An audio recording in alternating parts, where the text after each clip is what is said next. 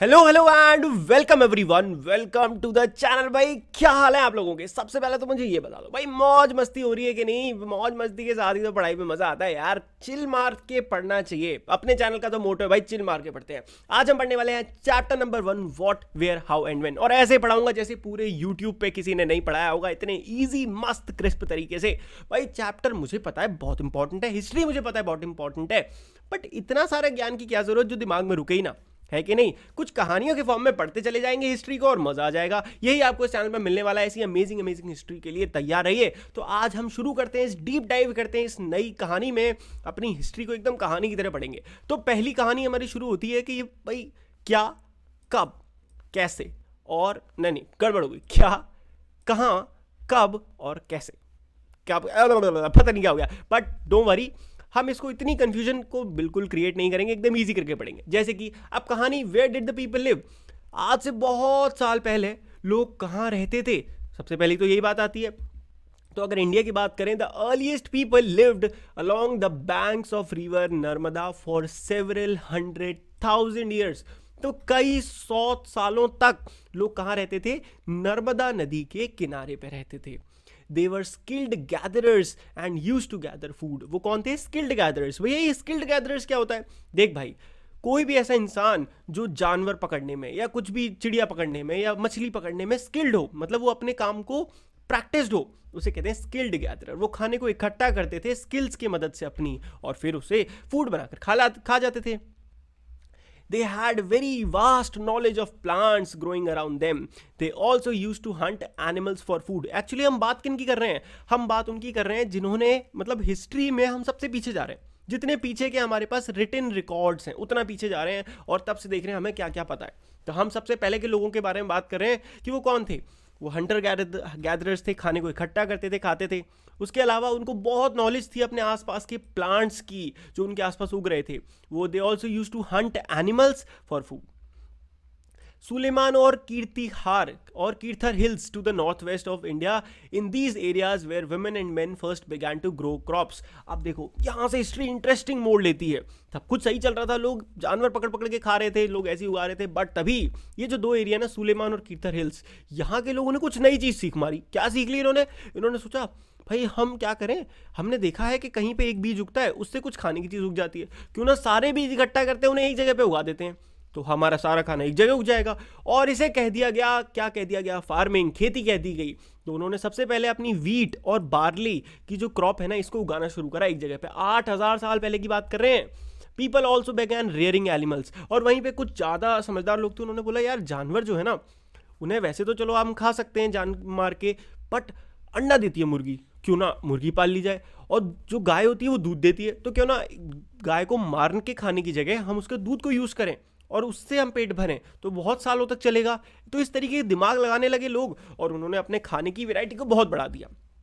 ऐसी एक जगह और नई आई, Garo hills to the north east and the Vindhyas in central India. These were some of the other areas where agricultural developed. तो सबसे पहले एग्रीकल्चर यहीं पे डेवलप हुआ था। The places where rice was first grown are to the north of Vindhyas. तो बात करें जहां पे सबसे पहले राइस उगाया गया, वो जगह कहां पे थी? To the north of Vindhyas. Vindhyas क्या है? एक रेंज है, माउंटेन रेंज, मतलब माउंटेन्स की एक रेंज। इन द सेंस क्या होता है, एक साथ जब कई सारे माउंटेन होते हैं उन्हें रेंज कहा जाता है। तो उसके नॉर्थ साइड में सबसे पहले चावल उगाए गए थे। अब सबसे इंपॉर्टेंट चीज, द रिवर इंडस और उसकी tributaries are smaller river that flows into a river. ये क्या होता है? ट्रिब्यूटरीज को कहते हैं छोटी छोटी रिवर जो होती हैं एक रिवर से जो बहती हैं, उन्हें ट्रिब्यूटरीज कहते हैं। तो गंगा इंडस रिवर की जो छोटी छोटी ट्रिब्यूटरीज है ना, about 4700 years ago some of the earliest cities flourished on the banks of these river।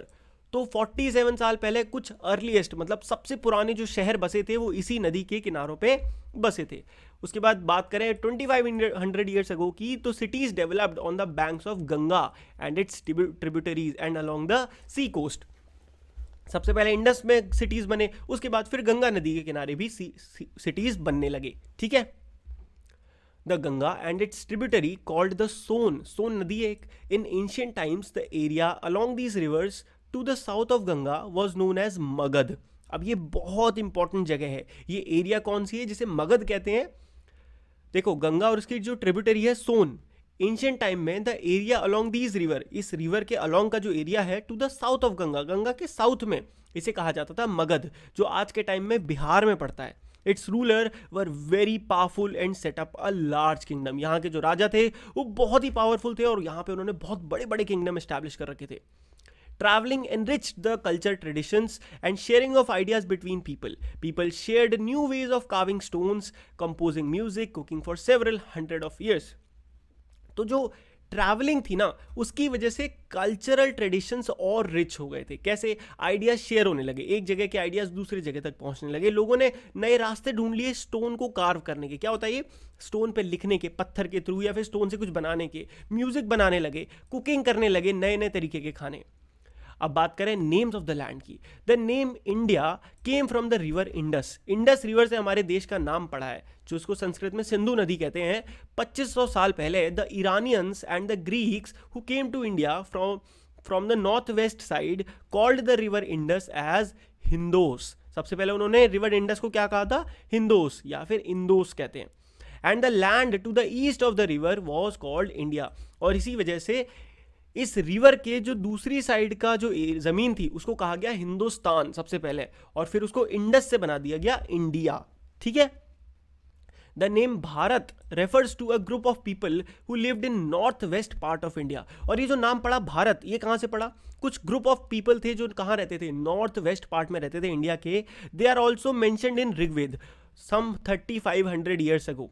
Letter this name was use for the country. तो भारत क्या थे? उन लोगों का नाम था जो एक पर्टिकुलर जगह पर रहते थे, इंडियंस ही थे वो, और जिनका आप बात करो मेंशन, जो कि ऋग्वेद में भी मेंशन्ड है। ऋग्वेद क्या है? इस पूरे अर्थ की सबसे पुरानी किताब है ऋग्वेद। ठीक है।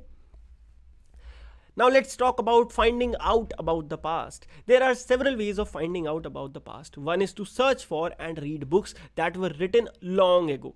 These are called manuscripts because they were written by hand. तो एक बहुत सारे रास्ते हैं भाई अपने पास्ट को पता लगाने के। उनमें से एक है कि आप सर्च करो और बुक किताबें पढ़ो जो कि बहुत हज़ारों साल पहले लिखी हैं, और इनका नाम है मैन्यूस्क्रिप्ट्स। मैन्यूस्क्रिप्ट्स क्यों? क्योंकि इन्हें हाथ से लिखा जाता था। इस वर्ड को तोड़ें तो मैन्यू क्या क्या मतलब होता है? हैंड, और स्क्रिप्ट मतलब लिखा हुआ कुछ भी, तो इसीलिए manuscript. These were usually written on palm leaf. इन्हें कहाँ पे लिखा जाता था? पाम के पत्ते पे, और या फिर specially prepared bark of a tree known as the birch which grows in the Himalayas. तो हिमालयस में एक पेड़ उगता है बिर्च नाम का, उसकी खाल जो होती है ना, मतलब छाल, उसका पेड़ को बहुत पतला पतला काट दो लकड़ी को तो वो बनती है, बार्क कहते हैं उसको, उस पर लिखा जाता था।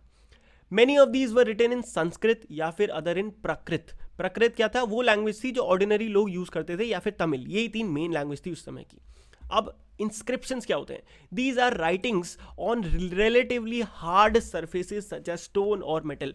तो हमने मैन्यूस्क्रिप्ट्स तो पढ़ लिया, बट ये इंस्क्रिप्शंस क्या होते हैं?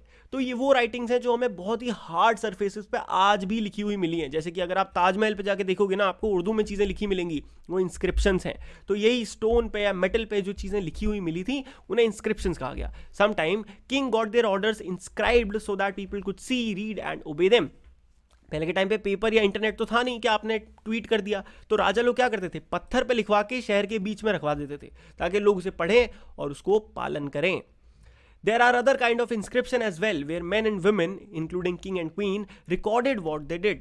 तो भाई पहले के टाइम के जो अमीर लोग थे उनके पास वही अगेन पेपर, इंटरनेट, इंस्टाग्राम तो नहीं था कि अपनी मेमोरीज को शेयर करें। तो अपनी मेमोरीज को अपने बच्चों तक पहुंचाने के लिए वो क्या करते थे? बड़े बड़े पत्थरों पे अपनी स्टोरीज लिख देते थे। For example Kings often kept records of victories in battle. तो जो राजा होते थे वो जो जहां जहां लड़ाइयां जीतते थे एक बड़े से पत्थर पे अपनी कहानी, अपनी वीर गाथा लिखवा देते थे। An archaeologist is a person, ये भी इंपॉर्टेंट क्वेश्चन है कि आर्कियोलॉजिस्ट क्या होता है। An archaeologist is a person who studies people and what they did in the passed by the things they left behind. तो आर्कियोलॉजिस्ट वो इंसान होता है जो हिस्ट्री में जो चीज़ें हुई हैं, जो इवेंट हुए, उनके बारे में पढ़ता है by the help of things जो छूट गई, जैसे कि कोई इंस्क्रिप्शन को पढ़ के, इस तरह की चीज़ें को ढूंढ के। They look for artifacts. Artifacts क्या होते हैं?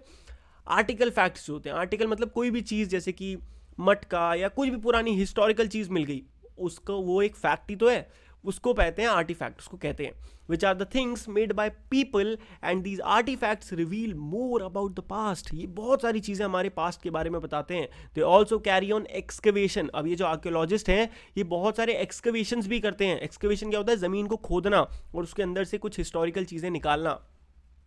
Archaeologist also study bones of animal. Movies वगैरह में आपने देखा होगा जो डायनासोर वगैरह की हड्डियां ढूंढते हैं जो लोग, वो आर्कियोलॉजिस्ट ही तो होते हैं। बर्ड की, फिश की, उनकी फूड हैबिट्स पता करते हैं पहले पास्ट में क्या थी। They even study the plant remain. वो उस प्लांट की रिमेन्स जो होते हैं ना उनको भी पढ़ते हैं और उनसे भी अपनी हिस्ट्री को पता करने की कोशिश करते हैं।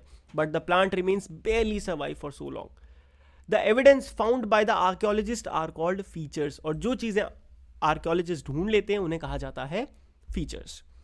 अब डेट्स, ये बहुत इंपॉर्टेंट चीज़ है कि डेट्स हम कैसे, भाई डेट्स का एक प्रॉपर सिस्टम बना है। आज के टाइम पे आप एक डेट काउंट कर लेते हो कि भाई 12 महीने होते हैं, इतना साल चल रहा है, 2022 चल रहा है, 2023 शुरू हो गया है, तो ये कैसे पता चल रहा है कहाँ से 2023 कैसे बस 2023 साल में दुनिया को बने हुए? ऐसा नहीं है। तो एक्चुअली सिस्टम क्या है? कॉमन एरा और एडी यानी कि एनो डोमिनाई, ये दो सिस्टम बनाए गए। Means the year of lord. BCE क्या होता है? बिफोर कॉमन एरा या फिर before Christ. All the dates before the birth of Christ are counted backwards. अब मैं ध्यान से आपको समझाता हूँ ये सिस्टम क्या है, पहले पूरा क्लियर कर देते हैं, उसके बाद अपना चैप्टर ऑलमोस्ट खत्म हो गया है, बट अब आपको बस लास्ट चीज समझानी है। तो देखो, जिस साल में जीसस क्राइस्ट का जन्म हुआ था उस साल को काउंट कर लिया गया 0, कि भाई आज से हम 0 साल काउंट करेंगे। उसके बाद साल अगला आया 1, 2, 3, इस तरीके से आगे बढ़ते गए और आज जो टाइम चल रहा है वो है 2023 साल। तो 2023 साल हो चुके हैं जीसस क्राइस्ट को पैदा हुए, और इस चीज को कहा जाता है एडी या फिर सीई, है ना। 2023 एडी चल रहा है, एनो डोमिनाई मतलब आफ्टर द जीसस क्राइस्ट। और इससे पहले जो साल था वो साल क्या कहा गया?